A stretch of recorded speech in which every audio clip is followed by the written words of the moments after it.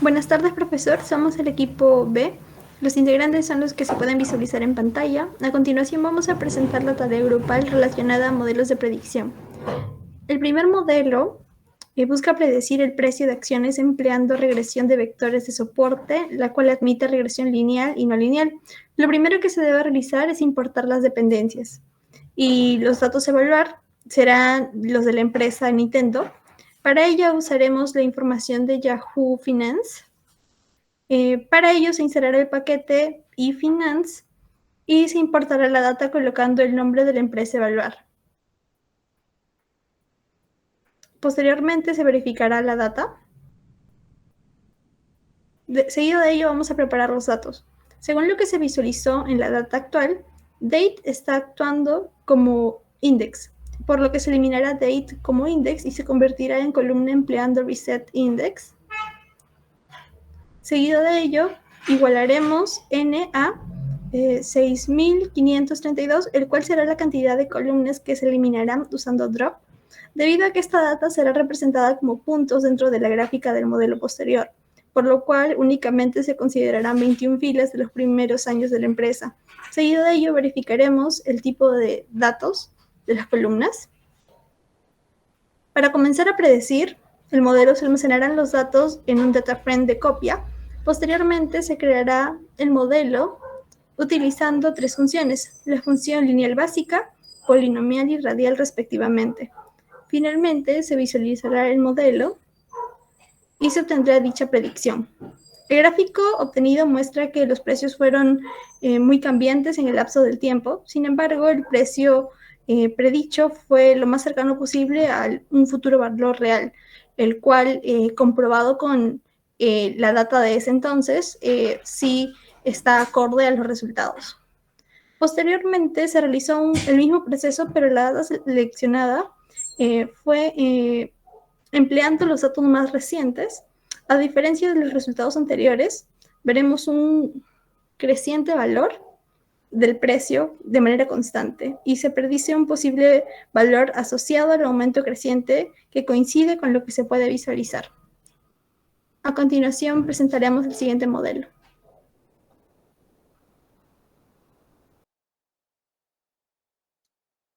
Ya bueno, continuamos con el segundo modelo, que es la regresión logística.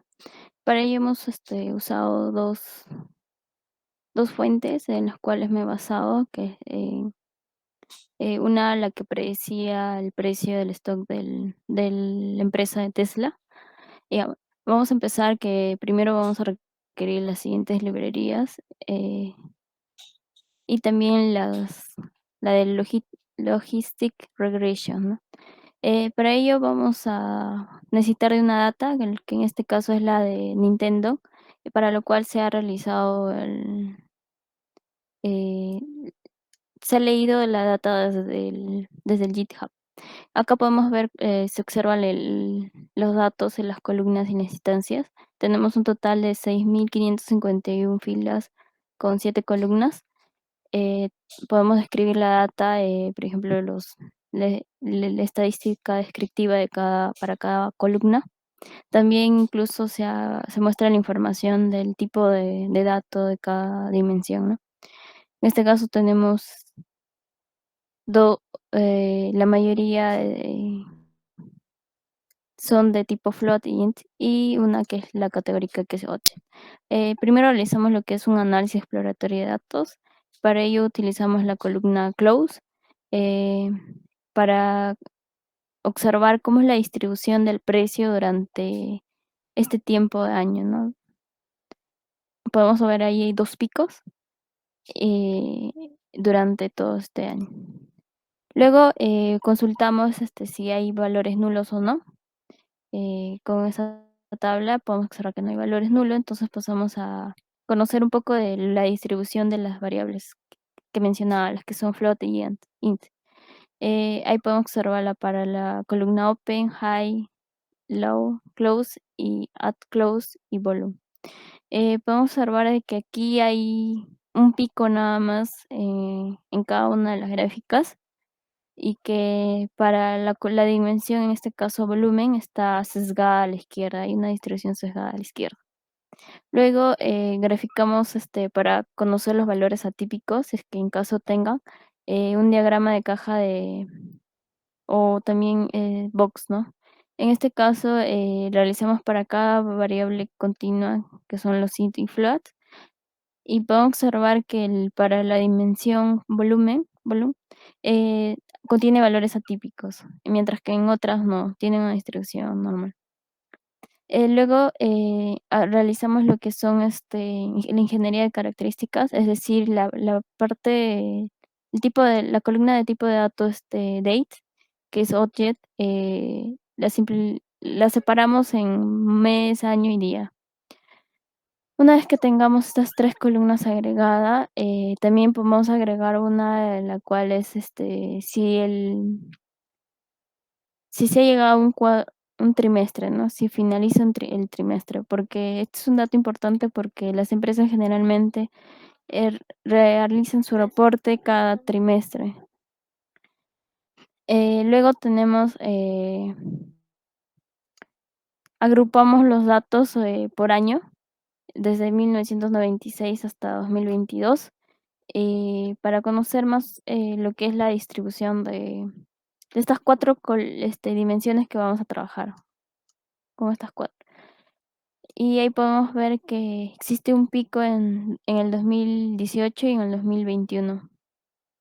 Y en el 2022 hay un descenso. Luego creamos, lo agrupamos para cada columna, si el promedio, que calcule el promedio, si el trimestre ha terminado o no. Y ahí podemos observar que los precios son casi iguales en los meses que son de fin de trimestre con los meses que no han llegado a fin de trimestre. Y además de que el volumen de transacciones es menor en los meses que son finales del trimestre.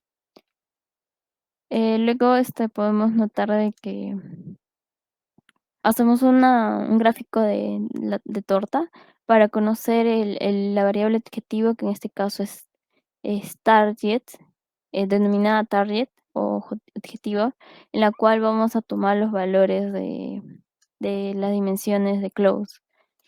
Y vamos a realizar un cálculo en este caso de open menos close, y la parte de low menos high.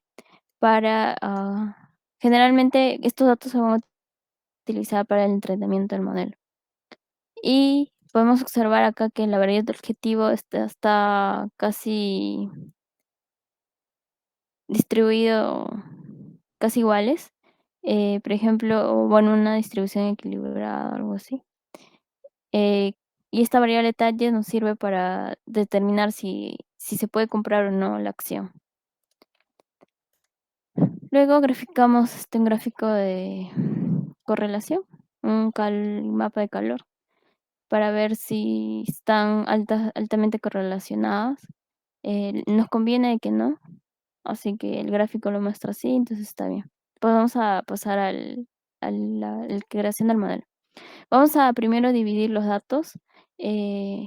Tenemos la parte de las variables explicativas, que son las features, que vamos a utilizar estas que hemos hallado, y la target, que es la variable y, en este caso puede ser la de close, que se ha tomado los valores de close. Aquí realizamos un entrenamiento, y luego de la variable feature, o también denominada X para nosotros, dividimos los datos en 30% de prueba y 70% de entrenamiento. Además, realizamos lo que es el entrenamiento del modelo, calculamos el coeficiente de la intercepción, además de conocer el occurrence del entrenamiento como también de las pruebas. Ambos están casi en el mismo porcentaje, y realizamos las predicciones de los valores, ¿no? En este caso, de la variable objetivo. Generamos una gráfica de confusión, una matriz de confusión, y podemos observar que el occurrence es del 53%. Y acá podemos observar, según una métrica basada en la matriz de confusión, eh, los valores predichos y contra los valores verdaderos, ¿no? Y se puede ver bueno, es positivo porque casi la mayoría de los valores que se han predecido son la parte de los valores reales, ¿no? Eso es lo que consta del segundo modelo. Gracias. Le doy paso a mi compañero.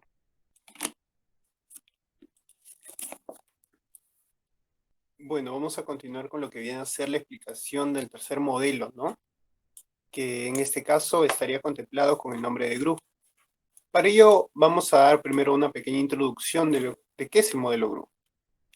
El acrónimo GRU significa Unidad Recurrente Controlada, ya traducido al español, y es un tipo de red neuronal. Esta es muy comparada con lo que viene a ser el modelo LSTM, ¿no? Ambos modelos son muy eficientes como red neuronal en diferentes situaciones. Pero ¿cuál es la ventaja, digamos, en ciertas situaciones donde se necesita predecir algún valor? El modelo GRU tiene la ventaja sobre el LSTM de trabajar de una mejor manera en relación a la memoria de corto plazo. También es más preciso cuando se utilizan conjuntos de datos con secuencias más largas. De igual manera, en esta parte tenemos un poco más de documentación que puede ser leída más tarde, ¿no? Pero para dar un contexto preciso es ello. Ahora vamos a hablar sobre la arquitectura. Como vemos en esta importación de imagen, tiene tres fases, tiene tres layers, tiene tres capas. La entrada, el hidden layer y el output layer, ¿no? Este RNN, ya que GRU es un tipo de RNN, contiene unidades recurrentes, una capa oculta que es justamente el hidden layer, que permite que el algoritmo se procese y combine en este caso la capa de entrada y nos dé como un resultado el output layer, ¿no? Una capa de salida. Todo esto en relación a lo que viene a ser el time step. ¿Cómo es que funciona GRU? Como se ha mencionado, es similar al LSTM, al modelo LSTM, pero esta tiene menos puertas. ¿Por qué? ¿O de qué manera nos beneficia de que tenga menos puertas? En casos donde nosotros necesitemos convertir aquellos datos secuenciales para poderlos trabajar con el modelo GRU. De esa manera. Y además, o como una adicional, es para evitar lo que es el overfitting, el sobreajuste de la data que se está trabajando, ¿no? Además, se va a basar únicamente en un estado oculto, justamente lo que es el hidden layer, para la transferencia de memoria entre unidades recurrentes. Vamos a continuar con lo que es la explicación de la imagen que se está importando, que es justamente el estado oculto. Se está dando con el T-1 porque él es el time step de la época anterior, la entrada, que en ese caso tiene que ser vectorial, del time step actual, y también se va a dar lo que es el estado oculto del actual time step. En esta sección también hay dos gates en realidad, el format gate y el update gate, ¿no? Que, bueno, en este caso se va a explicar de una manera matemática en el link de referencia que se ha colocado y posteriormente nos va a brindar como resultado de ambos procesos de tanto formateo como actualización, lo que viene a ser un buen candidato para el próximo estado oculto, ¿no? De la próxima época, de la próxima iteración. Bueno, una vez explicado lo que viene a ser una introducción precisa del modelo GRU, se va a continuar con las librerías, con la importación de las librerías. En este caso estamos usando lo que es Pandas y NumPy para la manipulación de datos, lo que es Matplotlib en general para lo que viene a ser, en este caso, la visualización de cómo se está trabajando la data, cómo se está separando, de qué manera se está entrenando, cuál es el porcentaje, ¿no? Que se está derivando para ciertas secciones. El SQLearn para dar lo que es la normalización de los datos, en este caso estaríamos usando la técnica del min-max scaler, y la librería Keras que está importándose diversas funcionalidades para lo que es básicamente el modelo GRU. También vamos a agregar algunos conceptos generales, como lo que viene a ser el ignorar warnings, que nos puede tal vez en casos a dificultar lo que es la ejecución de código, y bueno, un estilo del PLT, ¿no? Del Matplotlib. vamos a realizar lo que es el ingreso, la importación de data del GitHub de la compañera Luz y vamos a colocar los atributos de index. En este caso estamos delegando como el index a date, a la columna date, y estamos usando también el atributo de parse date, que en este caso nos corroboraría, nos afirmaría que esa columna va a ser un datetime 64, ya que cuando analizamos la data, esta era descrita, era informada como un object. Y para el modelo GRU, al menos para trabajarlo como un label en lo que es el matplotlib, no nos iba a dejar, nos iba a salir error. De esa manera se va a guardar la data en la variable dg, y es lo que estamos visualizando aquí, ¿no? Tenemos el date, la fecha, obviamente. Tenemos el opening price, el open, que es el precio con el que se está abriendo, bueno, en este caso es la data de Nintendo, el día, ¿no? El día, la fecha que está justamente señalando en la parte izquierda, el valor más alto y el valor más bajo que se tendría ese día, el closing price, que viene a ser básicamente con qué precio se está terminando, y el adjust closing price, ¿no? Que viene a ser en ese caso un tipo de ajuste que recibe el closing price a final del día. Esto puede ser por un factor externo, ya sea por tal vez vender acciones o algún tipo de factor externo que permita que ese closing day se modifique. Y por último, el volume, ¿no? El volume de los valores que está recibiendo. Tenemos también lo que es la información de las columnas de la data. Tenemos float 64 y el último que vendría a ser un int, un entero. Y el describe, ¿no? Donde está dando en ese caso la cuenta de cuántos valores se está tomando, los percentiles, lo que es el mínimo y el máximo valor, entre otros. Vamos a ahora pasar a lo que viene a ser la selección de atributos. Vamos a coger dos atributos en general, lo que es el feature selection, ¿no? Lo que es el date y el close. El date, la fecha, y close, bueno, referente al closing price, ¿no? Que justamente se está seleccionando para poder nosotros predecir con qué precio, con qué valor se está cerrando ese día. Y bueno, en la parte inferior estamos ya dando paso a lo que viene a ser el llenado de atributos para poder dar una visualización con pelete, ¿no? Esta parte de aquí, que puede ser, digamos, la más compleja, es simplemente para darle un formato a la parte del eje horizontal y visualizarlo en año y mes. Lo anterior ya son labels, el tamaño de la figura, el título, que en este caso es el precio del cierre, ¿no? El closing price, y los dates. Ahora vamos a continuar con una pequeña interpretación, por decirlo así, de la gráfica. Tenemos lo que son dos picos notorios, que son en 2008 y entre el 2020 y el 2024, y un pico menor entre los años 2016, 2020 y el 2000, bueno, en ese caso, ¿no? Esta fluctuación se puede explicar ya con un análisis mucho más superior de lo que vienen a ser los precios, pero en ese caso estamos dando solamente una cabida a la interpretación de los picos. Ahora vamos a proceder con lo que viene a ser la normalización de los datos. En este caso se está eligiendo lo que es la técnica del min-max, que sería tomar el valor mínimo y el valor máximo de toda la data. Y en este caso, los datos que están en medio, ajustarlas según una fórmula. Fórmula que vamos a hacer o vamos a convertir a un proceso mucho más factible con la función del scaler.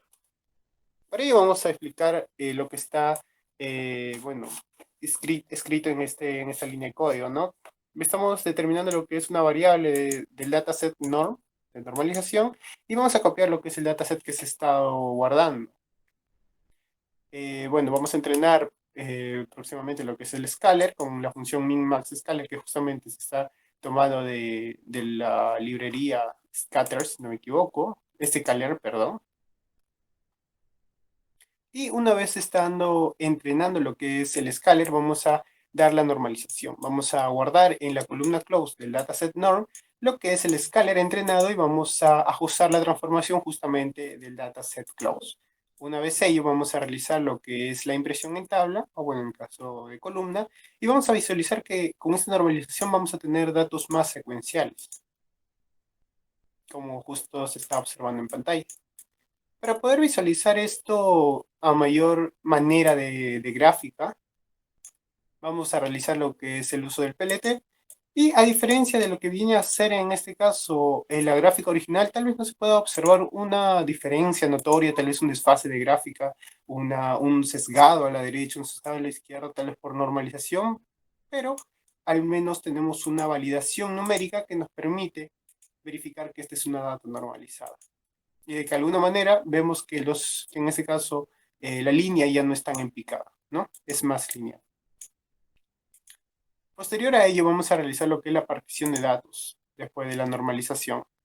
Se va a dar la partición en 3 datos. El train, que viene a ser el entrenamiento, val, validación, y test, lo que es en ese caso de prueba, ¿no? Esta partición nos va a ayudar mucho para lo que es la comparación posterior a ya realizar la introducción del input layer dentro del modelo GRU. Vamos a dar la separación en 3 partes, del 70% para el entrenamiento, 10% para la validación y 20% para lo que es la prueba. Una vez realizada lo que es la designación entera de los valores porcentuales, vamos a realizar el paso en este caso de la data. En la variable training set se va a agarrar de la data normalizada, justamente con el porcentaje que se ha realizado. De igual manera con la variable valset, con la data normalizada, lo que es en este caso la data de validación, y por último el de entrenamiento. Se realizaría el mismo proceso con un 20%. Vamos a analizar a lo que viene a ser la gráfica, y como es un porcentaje mayor al 50%, casi un 70%, vemos que la gráfica no cambia demasiado, al menos en el pico que estamos observando en 2008, que es justamente este. Pero lo demás sí estaría cambiando, ¿no? Al menos en la parte derecha ya se observa un sesgado mayor. En la parte izquierda todavía vemos un tipo de reducción, pero más allá de ello no. También se puede observar lo que viene a ser en forma de tabla, en un análisis numérico, lo que viene a ser la partición para la parte de entrenamiento. Próximo vamos a ahora realizar lo que es la gráfica de la data de validación. En este sí ya digamos, la modificación de la gráfica es más notoria, ya que estaría representando solamente un 10%, ¿no? De lo que viene a ser 655 columnas, filas y una columna que viene a ser la de close. Vamos a continuar con lo que viene a ser la data de prueba, que estaría representando lo que es, en este caso, un 20%, y estaríamos con una cantidad de filas de 1311, y la gráfica podemos observar que sí ya es un poco más notoria la diferencia, ¿no? En cuestión a fechas. Una vez realizada lo que es la designación o bueno, en este caso el split, la separación en 3 tipos de datas, vamos a realizar lo que es el sliding windows. ¿Para qué sirve el sliding windows? Nosotros, como hemos observado, hemos realizado la normalización con la técnica de min-max, justamente para realizar una secuencia no de mucho desfase entre datos, pero como hemos observado en la gráfica anterior, en la introducción teórica de lo que viene a ser el modelo GRU, se necesitan de valores vectoriales para entrada, y es justamente lo que vamos a realizar con el sliding windows. Vamos a requerir de una variable llamada lag, que básicamente va a estar interfiriendo, por decirlo así, dentro del tamaño de la data, y vamos a también determinar la función de create sliding windows, que como lo expliqué, va a vectorizar los valores. Vamos a realizar 2 arrays que vienen a ser X e Y, y son los valores que se van a retornar después de entrar en el bucle for, para regresar en este caso tanto lo que vienen a ser las capas dentro del entrenamiento, la validación y lo que es la prueba. En primera instancia vamos a realizar lo que es el array y vamos a pasarlo a una nueva variable de array training set, val set y test set respectivamente. Y una vez realizado la asignación a nuevas variables, vamos a ahora realizar lo que es el sliding windows. En la primera parte del entrenamiento se va a guardar en las variables de xtrain e iTrain, lo que viene a hacer con los atributos del array training set y bueno, también su tamaño del mismo array, y vamos a pasar lo que es previamente la inicialización de 2 guardado en la variable de lag. Posterior a ello también se va a realizar un reshape del entrenamiento cumpliendo los atributos, ¿no? Del xtrain, y cómo se está realizando en ese caso el reshape para poder cambiar la forma, por decirlo, del array, pero sin modificar los componentes. Todo este proceso se va a realizar de igual manera dentro de lo que viene a ser la validación y la de prueba. Ahora vamos a entrar ya de lleno, una vez preparado todo lo que es el input layer, vamos a ya entrar a lo que es el modelo group, lo que es el Gated Recurrent Unit. Para ello vamos a determinar lo que son los hiperparámetros a usar. En primera instancia tenemos el learning rate. Hay muchas técnicas para poder determinar lo que son los hiperparámetros. Por ejemplo, en el learning rate tenemos un parámetro del 0.0001 que viene a ser un 10 a la menos 4. Pero ¿de qué manera nosotros hemos determinado esto? Se ha hecho la prueba con los valores de 0.01 y 0.001 que vienen a ser un 10 a la menos 1 y un 10 a la menos 3 o menos 2. Y observamos que la caída, la pérdida de, en este caso, la data de validación y la de prueba, era muy rápida y no daba paso a las épocas para poder analizar dichas variables, ¿no? Por ello se llegó de manera exponencial al valor de 10 a la menos 4. También tenemos el hidden unit, que bueno, en este caso estaría relacionado ya con las entradas, ¿no? Esto se calcula con las entradas, y el batch size, que vienen a ser los lotes, ¿no? Los lotes que en este caso serían de 256, teniendo un 64 por 4, ¿no? Por 4 lotes. Y las épocas elegidas son de 100. Posterior a ello vamos a ya inicializar lo que es el Regressor Group, la arquitectura del mismo modelo, y vamos a iniciar con lo que vienen a ser los layers, ¿no? Tenemos en primera instancia lo que es el añadido al Regressor Group, con lo que es el llenado de atributos, con lo que es Hidden Unit, con el Retro Sequence, bueno, Retro Sequences, y nos percatamos de la diferencia que hay en las dos primeras capas y en la última. Este Return Sequences nos permite regresar, retornar, que en ese caso, gracias al modelo y gracias a ese true, que se regrese el último, en ese caso, bueno, se está actualizando, perdón, los valores ocultos. Y justamente como se vio en la gráfica, después de nosotros haber realizado el format, ¿no? Que justamente es esto, el primer format gate, estaríamos pasando el update gate, que nos lanzaría, en este caso, el candidato más posible para el próximo, en este caso es el estado oculto para la próxima época. Por último, tenemos ya después de la combinación del input layer dentro del hidden layer, lo que es el output layer, ¿no? Esto se va a reflejar en lo que es el regressive group.add y la densidad, que en este caso estaría representada en unidades, ¿no? En una unidad. Luego vamos a compilar lo que viene a ser el modelo de group y, como lo había mencionado en este caso anteriormente, vamos a usar lo que es el learning rate. Una vez realizado todo el proceso, el modelo requiere saber cuánto debe cambiar esos pesos que tiene el modelo en referencia a un valor estimado, un valor de error. Por eso también estamos cogiendo lo que es el MC, el Mean Squared Error. Posterior a ello vamos a dar ya lo que es el paso a la compilación de las épocas y vamos a observar lo que es la pérdida de los datos de prueba y de la data de validación. Como vemos en pantalla, se está reduciendo poco a poco y en una cantidad de 100 épocas, ello se va a estar manteniendo constante ya por la parte inferior, justamente en esta parte, ¿no? Que ya está variando entre 7 y 6, si nos damos cuenta, desde esta sección. Y de igual manera también la parte de validación, donde ya prácticamente está con 2, 2, 2, 2, y la parte de décimas estaría iniciando entre 0 y 1, 0 y 1 a excepción de este, ¿no? Esto lo vamos a ver de manera gráfica y va a ser mucho mejor. Ya de por sí con esta parte podemos nosotros concluir de que el modelo es muy óptimo para poder, en este caso, predecir los valores, ¿no? Que estaríamos eligiendo de la data de Nintendo. Pero para poder cerciorarnos vamos a usar una gráfica de cómo está respondiendo estas pérdidas con el learning rate y también lo que viene a ser los errores del RMCE y lo que es el map.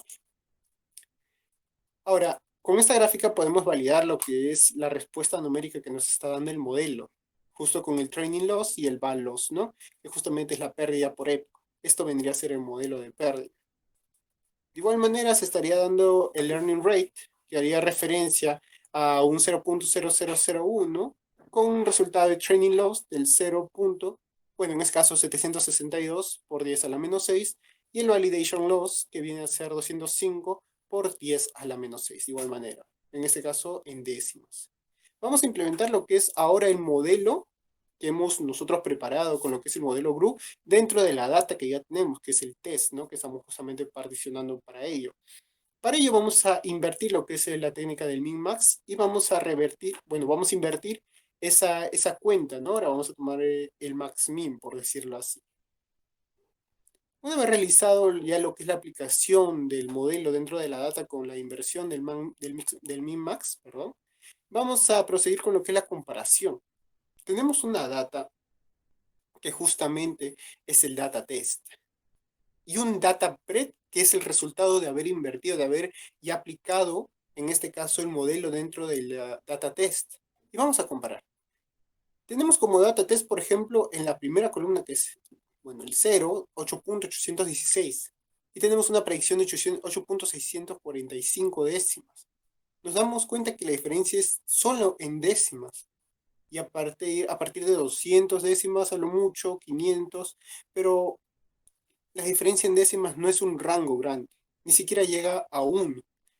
Entonces, por ello, podemos ya estar concluyendo ya con una mayor seguridad de que el modelo es óptimo, es muy bueno prediciendo este tipo de valores en cuestión a lo que son precios a futuro, ¿no? Precios estimados de la data de Nintendo. Vamos a evaluar ahora los resultados predichos, si no basta con esto. Vamos a analizar lo que viene a ser el RMCE y lo que es el MAPE. Tenemos un valor de 3.1693 en lo que viene a ser el root mean square error, y en lo que es el absolute percentage error prediction tenemos un resultado de 24.186%.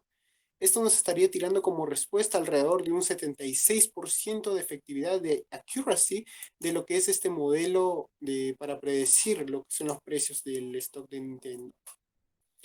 Ahora, ¿cómo podemos nosotros interpretar lo que es el RMC?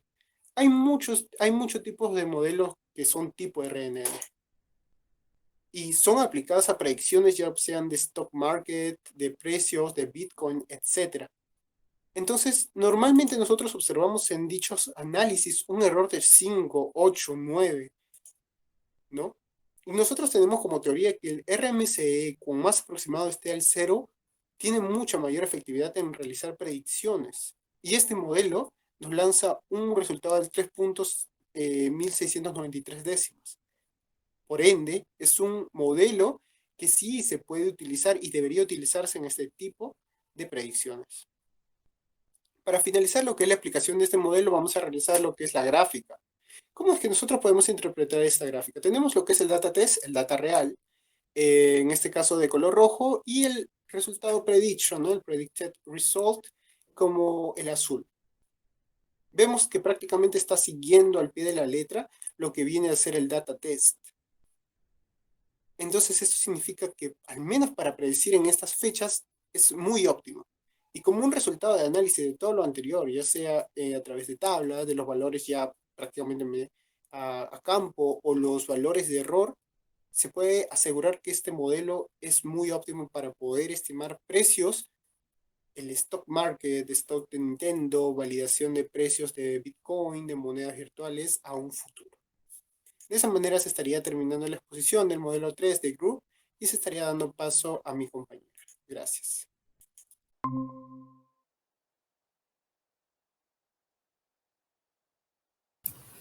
Bien, vamos a pasar al cuarto modelo, la cual hace referencia al modelo ARIMA. Para tener en cuenta este modelo hay que considerar lo que serían las predicciones de series de tiempo. Esto hace referencia a una secuencia en la que se registra una métrica de intervalos de tiempo regulares, ¿no? Pueden ser anual, trimestral, diaria, semanal, minutos y segundos. Se dividen en dos tipos, pronóstico de serie de tiempos univariante y multivariable, ¿no? Aquí se puede observar las descripciones de cada una de ellas, pero para entender bien esta parte o este tipo de colección de datos que estamos explicando, hay que definir bien en qué consiste este modelo. Para ello, este modelo lo que va a hacer es pronosticar una serie de tiempo basándose de los valores pasados de la serie, ¿no? ARIMA proviene también de 3 clases de modelos, autorregresivo, integrada y media móvil. Y como se mencionó, a partir de sus propios retrasos y los valores de pronósticos retrasados, vamos a poder utilizar una ecuación con la finalidad de pronosticar valores futuros. También hay que tener en cuenta 3 términos importantes. El término P, D y Q. El P hace referencia al número de rezagos de Y que se utilizarán como predictores. El D básicamente es el orden del término MA. Esto va a ser explicado posteriormente. De igual forma, el término Q hace referencia al número de diferenciaciones necesarias para que la serie de tiempo sea estacionaria. Vamos también a explicar esa parte, también esos términos un poco complicados de repente cuando se habla en este tema. Para esta parte también hay que mencionar la fórmula matemática del modelo ARIMA. Para ello hay que tener en cuenta la predicción del Y en un cierto tiempo, que va a ser igual a la constante más la combinación lineal de retrasos de Y más la combinación lineal de errores de pronósticos retrasados hasta Q retrasos, ¿no? El objetivo va a ser aquí identificar tanto los valores P, D y Q. Entonces, para comenzar con esta parte de modelado, primero lo que vamos a hacer es encontrar el orden de diferenciación D. Para ello, lo que vamos a hacer es importar las librerías, ¿no? Tales como Pandas, NumPy, Matplotlib, Pilot y StatsModel. Ahora, a partir de la carga de Yahoo Finance, o también, bueno, podemos hacer un paréntesis, se puede también cargar a través de GitHub, pero en este caso estoy tratando de descargar por Yahoo Finance, debido a que el index aquí básicamente directamente me da la data, la fecha exactamente. Entonces, yo aquí estoy descargando lo que serían los datos históricos que se tiene de la compañía de Nintendo.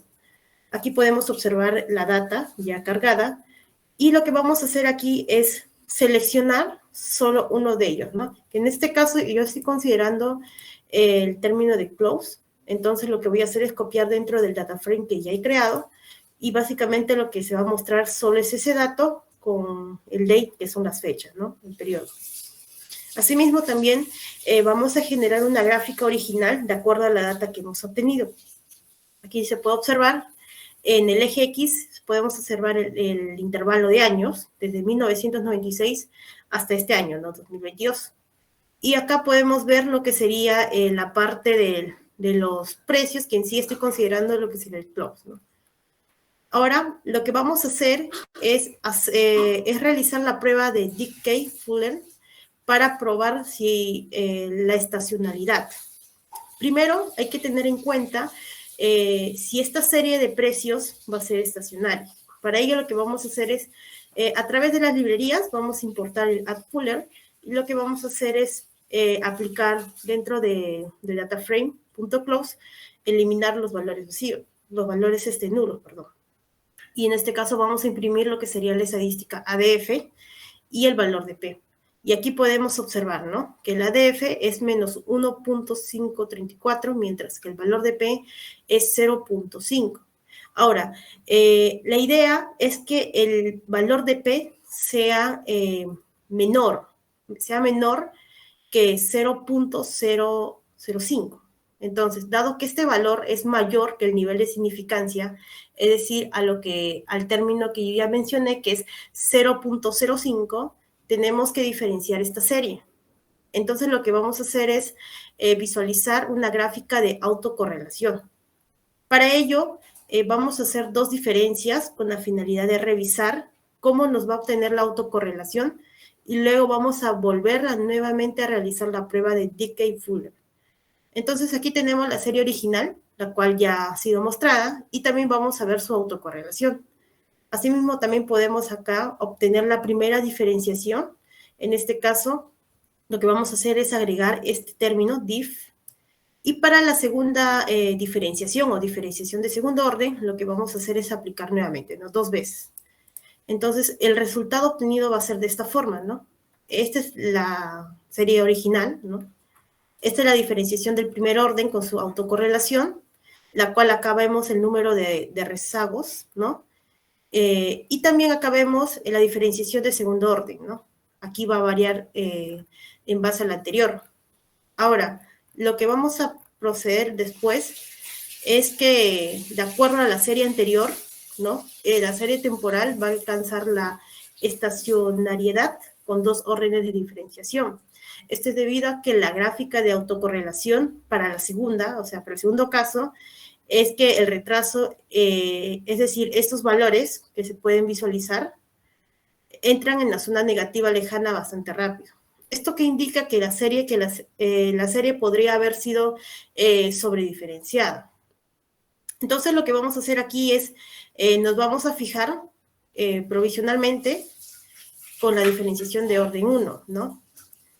Y ahora vamos a nuevamente a realizar la prueba de Dickey-Fuller, ¿no? Para la primera diferenciación. Entonces aquí ya al aplicar nuevamente esta fórmula, lo que obtenemos es el que P ya va a ser un valor de 0, ¿no? Prácticamente 0. Entonces, este 0 indica que es menor al 0.05, la cual ya ha sido mencionado, que es el nivel de significancia, ¿no?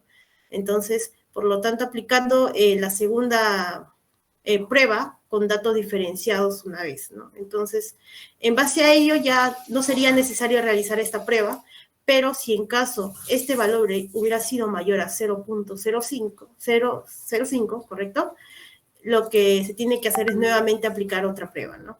Entonces, ya teniendo en cuenta que para la segunda prueba ya el valor ha disminuido, lo que vamos a deducir es que el valor de D va a ser igual a 1, ¿no? Porque estamos considerando la primera diferenciación. Ahora, vamos a pasar a lo que sería a encontrar el orden del término del valor, el término P. El término P hace referencia al orden del término autoregresivo, ¿no? Como mencioné, es el número de rezagos que se utilizarán como predictores.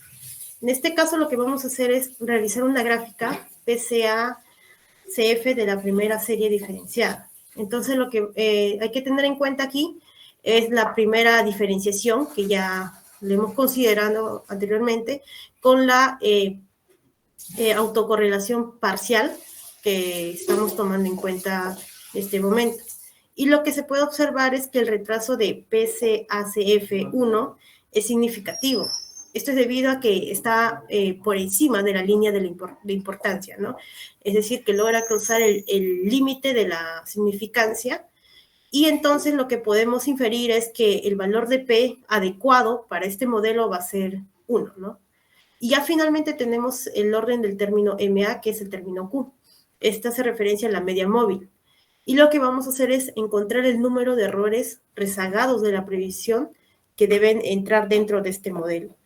Entonces, de igual forma, lo que vamos a hacer es seleccionar solo los datos, ¿no? del término close y la data que va a ser las fechas en sí, ¿no?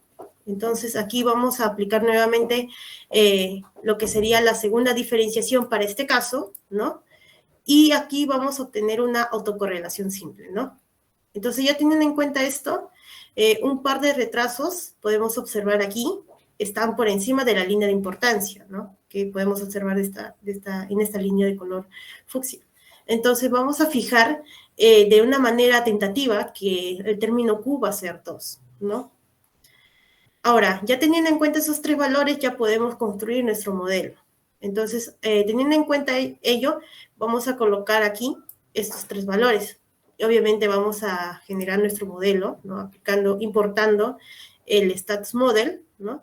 Y aquí vamos a generar un resumen de todos los resultados, ¿no? Aquí podemos ver los coeficientes del modelo, los errores estándares, el P mayor que el valor absoluto de Z. Y bueno, ¿qué podemos deducir de manera general? Que la tabla, dentro de lo que serían los coeficientes, ¿no? Los valores bajo el término COEF van a ser los pesos de los términos respectivos que ya han sido mencionados. Y la idea de este término va a ser que debe ser menor de 0.05, ¿no? La cual hace referencia al nivel de significancia para que X sea un valor netamente significativo. Asimismo, también podemos generar una gráfica de los errores residuales. En este caso podemos ver también la densidad y vemos que la densidad está prácticamente simétrico, es decir, que no tiende ni a la izquierda ni a la derecha. Entonces, lo que podemos verificar es que estos errores porcentuales están bien con una media cercana a 0 y una varianza uniforme, ¿no? Entonces, ya teniendo en cuenta ello, ya podemos generar nuestro modelo actual con el modelo que se va a predecir obteniendo esta gráfica. Entonces, cuando nosotros vamos a establecer esta parte de codificación, lo que hacemos es que los valores rezagos en la muestra se van a utilizar para la predicción, ¿no? Y aquí vamos a también aplicar el dynamic igual al false, ¿no? También podemos mencionar que el modelo se entrena hasta el valor anterior para realizar la próxima predicción. Esto hace que el pronóstico ajustado y los datos reales se ven artificialmente bien, ¿no? Por lo que podemos decir que este modelo es adecuado. Ahora, lo que vamos a hacer es optimizar este modelo de manera manual usando la validación cruzada, ¿no? Entonces, de igual forma, vamos a instalar el PM de Arima y también vamos a importar de igual forma el Yahoo Finance para poder tener en cuenta la data. Y aquí vamos a dividir los datos de prueba y entrenamiento, ¿no? Para pronosticar y predecir lo que serían los valores de precio, ¿no? Teniendo en cuenta ya todo ello, vamos a generar una gráfica en donde tenemos tanto el pronóstico con los valores actuales, ¿no? Y entonces podemos decir de manera general que el modelo ARIMA, teniendo en cuenta como los datos P de Q, 1, 1, 2 respectivamente, va a brindar un pronóstico direccionalmente correcto y que estos valores reales van a ser observados dentro de esta gráfica, tienen una confianza del 95%. Ahora también aquí tengo otro collage en donde básicamente también realizan los mismos pasos, ¿no? No obstante, aquí el autor lo plantea de diferente forma, lo que sería la división de entrenamiento y la parte de la prueba, ¿no? Aquí lo clasifica, lo separa, primero en lugar por colores, y aquí lo que hace también es aplicar el modelo ARIMA, obteniendo estos resultados, ¿no? Y también de igual forma genera una gráfica, ¿no? En donde se podría ver los valores de forecast con los valores actuales, teniendo en cuenta la data que ya ha sido cargada. Entonces, eso sería todo por la parte de esta exposición. Muchas gracias. En este caso trata sobre la asociación Clustering K-means con PCA, ¿no? Bueno, pues primero tenemos que importar el pip install Yahoo Finance con el que vamos a jalar los datos. Baja un poco, por favor. Después importamos un diccionario donde tenemos el código de Yahoo Finance de cada una de las materias primas que se encuentran en la página y también el nombre. También tenemos el nombre de las compañías, ¿no? Baja un poco, por favor. Después tenemos la importación de librerías y el Panda Reader que nos va a servir para leer varios Yahoo Finance a la vez, ¿no? En ese caso, el NumPy también va a servir para transformarlo en un data frame funcional con el que vamos a poder predecir y reducir los datos. Baja, por favor. Después ahí tenemos la igualdad, ¿no? Primero la fecha de inicio, que es el día 1 de enero de 2015, y la fecha final, que es el 31 de diciembre de 2017. Insertamos los datos de entrada del inicio de la primera fecha y la fecha de salida y con el diccionario que hemos mostrado anterior. En este caso, después creamos una función para limpiar el dataset en caso de que haya nulos o valores muy grandes que no pueda leer la reducción, ¿no? A la hora de escalar. Después igualamos esa variable a un data frame limpio. Finalmente, creamos una variable stock open y stock close, donde vamos a guardar del data frame limpio el open y el close de cada una de las compañías, ¿no? Lo guardamos en una variable en movimientos y con el NumPy sumamos a la suma de todos los movimientos, ¿no? Que van a ser la diferencia entre el close y el open, ¿no? Que es la salida de cuánto se vende y el open de cuánto ingresa. Después graficamos con PLT la variable de entrada que tiene el oro, ¿no? En este caso la primera variable que es GC igual F, el oro. Como ahí se puede observar la gráfica. Baja por favor un poco. Ahí se puede observar la gráfica y baja un poco más, por favor. Después se puede observar otra gráfica donde comparamos el valor de la entrada y la salida del oro, ¿no? En este caso se puede observar que la salida es mayormente más grande que la entrada, ¿no? Como debería ser. Baja, por favor. Después tenemos otra gráfica en la que observamos los movimientos del oro, en este caso cuánto se ha vendido y cuál es la diferencia entre cómo va a ser comprado, ¿no? Baja, por favor. Después tenemos la gráfica del volumen, ¿no? En este caso los volúmenes que fueron vendidos desde el 2012 hasta el 2017, todos en ese gráfico. Baja, por favor. Después tenemos el qué tanto se vendió por la cantidad, ¿no? De high o low. En caso de que sea low, de que sea poco, o high de que sea una gran cantidad vendida. En este caso, lo verde representa las cantidades. Baja, por favor. Después tenemos el cluster incomings. Primero importamos el normalizador y el normalizador lo modelamos o entrenamos con los movimientos que hemos hallado anteriormente. Después creamos el Cummings cluster con un número de 10 clúster y una máxima iteración de 1000. Baja, por favor. Después creamos el data frame con los labels. En el label va a estar el identificador clúster que va a tener cada data frame, ¿no? En este caso, uno tiene el oro, el Walgreens o otros, y el 2 tiene Boeing, American Express. Todo está agrupado según la materia prima. Baja, por favor. Después tenemos una gráfico de PCA Reduction con dos componentes, en la que vamos a graficar los movimientos, ¿no? Los movimientos y los labels hallados anteriormente en el cluster incoming. En este caso se puede observar la gráfica anterior del clustering, pero ahora con PCA. Baja, por favor. Y se puede observar el gráfico, ¿no? Que se hace hallando las predicciones. Baja, por favor.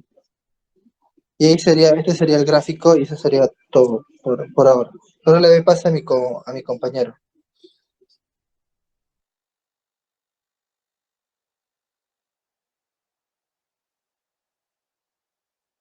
Bien, ahora vamos a hablar del siguiente modelo, en este caso el Feed Forward Neural Network, que básicamente es una red neuronal artificial en la que las conexiones entre nodos forman un ciclo. Ahora voy a presentar pantalla del código.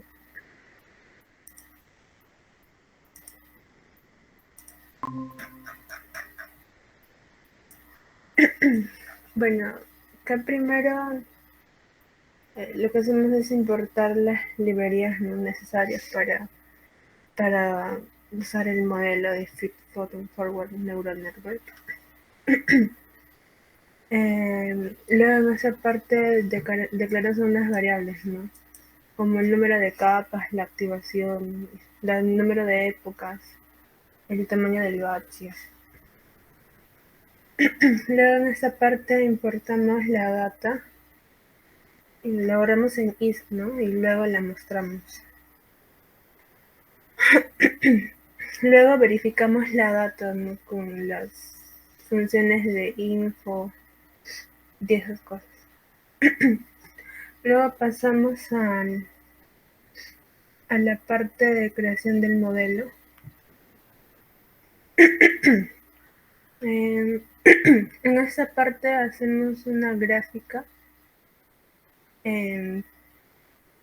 para conocer la distribución del precio de cierre, ¿no? A lo largo de 24 años. Luego en esta parte generamos un gráfico para visualizar las predicciones de stock, ¿no? También a lo largo de 24 años. Luego acá en esta parte dividimos el dataset en datos de entrenamiento y datos de prueba. Acá mostramos los datos de entrenamiento, el X-Train. Acá más abajo calculamos el error cuadrático medio, ¿no? Para medir el error cuadrático promedio de nuestras predicciones. Luego en esta parte, importamos las otras librerías y construimos una red feed forward simple, tomando 80 características como nuestra entrada. Acá está.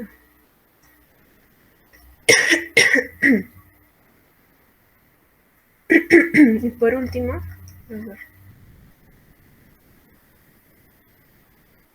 realizamos el gráfico del modelo que se realizó, ¿no? En este caso, acá está el gráfico de las posiciones. Se puede visualizar acá.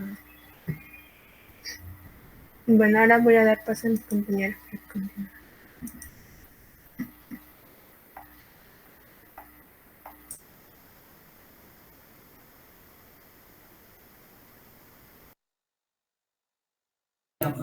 Ya, ahora continuamos con la exposición con la parte de lo que viene a ser el Decision Tree.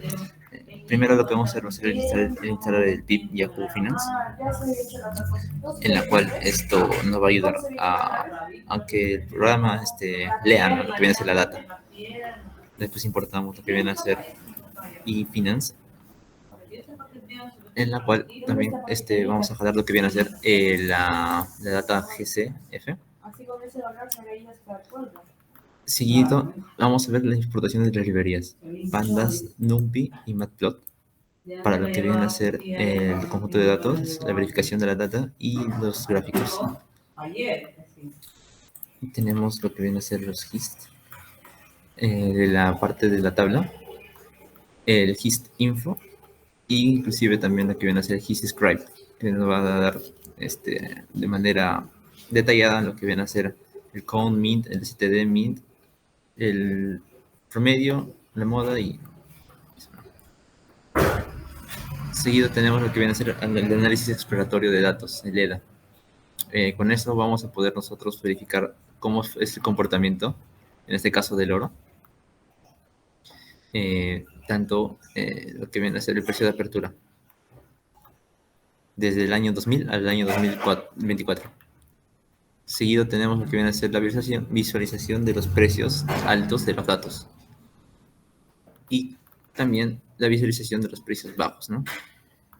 Por último, tenemos lo que viene a ser el precio de cierre también. Todo eso jalando de la misma data de Yahoo Finance. Tenemos lo que viene a ser el hist 2.detail, que nos muestra los datos en torno a la fecha, ¿no? Seguido ya prácticamente ya para finalizar lo que también hacer es la predicción de los 100 días en el futuro, ¿no? Acá tenemos lo que viene a ser la variable future days igual a 100 y todo eso viene a ser guardado dentro de hist2 prediction. Tenemos las variables de entrenamiento que vienen a ser el X y el Y. Dentro de la variable X va a ser el NP array, lo que viene a ser la predicción del hist2 y también el NP array, ¿no? Y ahora pasamos a lo que viene a ser el árbol de decisión. Para eso también hemos incorporado lo que viene a ser la regresión lineal. Importamos lo que viene a ser la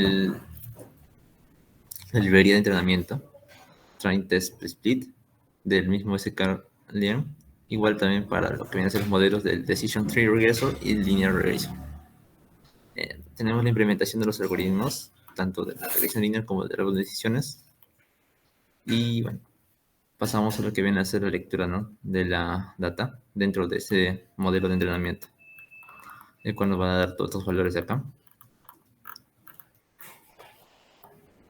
Seguido tenemos lo que viene a ser el Tree Prediction y también el R Prediction. Seguido final, ya para esto, para finalizar, tenemos lo que viene a ser esta gráfica de lo que es la predicción en el futuro. Lo que está pintado prácticamente de color verde viene a ser la predicción, ¿no?, a todo este entorno. Y bueno, así acabaría mi parte. Le doy paso a mi compañera.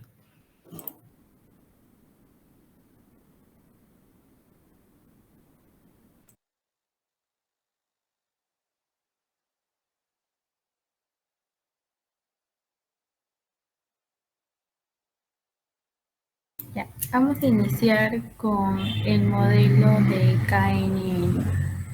Ya, para iniciar este modelo vamos a importar las librerías necesarias para realizar el modelo de KN vecinos más cercanos. Por ejemplo, la numería de Pandas, la numería de NumPy, la importación de Matplotlib para los dibujos, los gráficos, los CBAR y también los tipos de estilo que hay. Un poquito más abajo.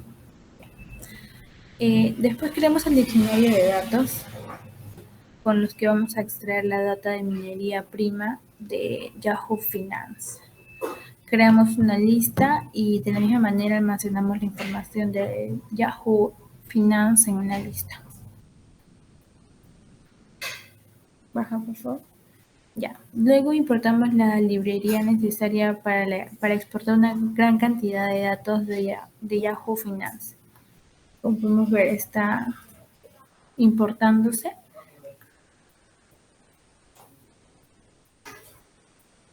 Después, con el Pandas Data Reader, importamos el diccionario anterior con los códigos de Yahoo Finance de 4 empresas de materias primas.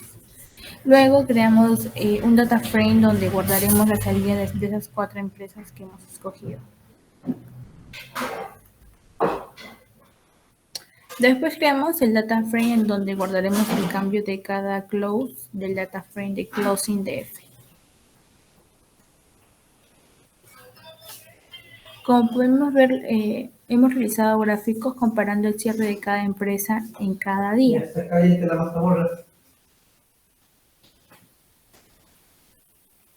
Ya. Luego comparamos entre 2 empresas y graficamos, como podemos ver a continuación.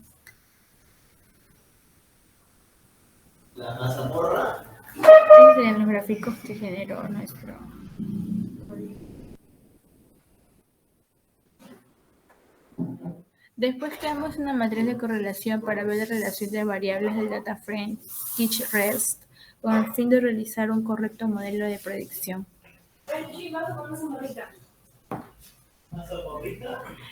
Luego creamos un data frame con la primera materia, oro, de la lista de las 4 materias primas.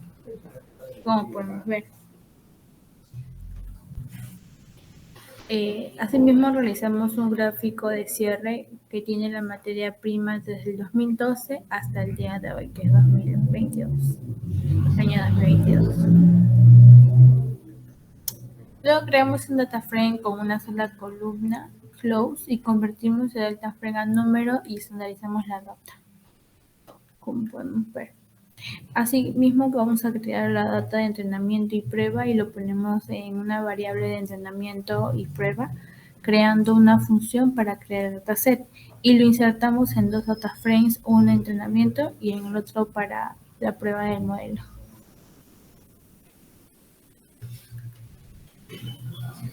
Ahora vamos a importar la librería de Neighbor y entrenamos el modelo con la data de entrenamiento con 15 vecinos. Importamos las métricas con las que cuantificamos el resultado del modelo del KN Neighbor. Con el resultado se puede observar que el modelo tiene una métrica más que aceptable para predecir la data financiera. Gracias. Muy bien, vamos a continuar con lo que es el modelo número 9, el cual es Walking Through Support Vector Regression and LSTM, ¿no? Vamos a usar lo que son el modelo LSTM, por lo que hemos realizado el siguiente código, ¿no? En este caso vamos a predecir, ¿no?, lo que vienen a ser el costo de la criptomoneda Doge, ¿no? Entonces vamos a empezar haciendo lo que es la importación de librerías. Es lo que tenemos aquí, ¿no? En este caso podemos precisar que Keras es un API, ¿no?, que se usa para poder crear la red neuronal. Pandas y Pandas Data nos ayuda a obtener y analizar nuestros datos, ¿no? En este caso son datos bursátiles que tienen que ver con el costo, ¿no?, de esta criptomoneda.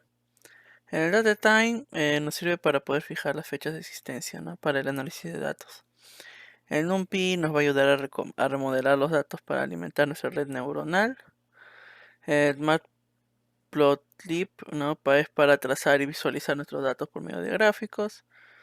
Y bueno, las advertencias, más que nada para ignorar cualquiera de las advertencias no deseadas que aparezcan, ¿no? Entonces, vamos a continuar. Vamos a realizar lo que es la obtención de datos. Dentro de Yahoo ¿no? Ahí es donde obtenemos nosotros nuestra data.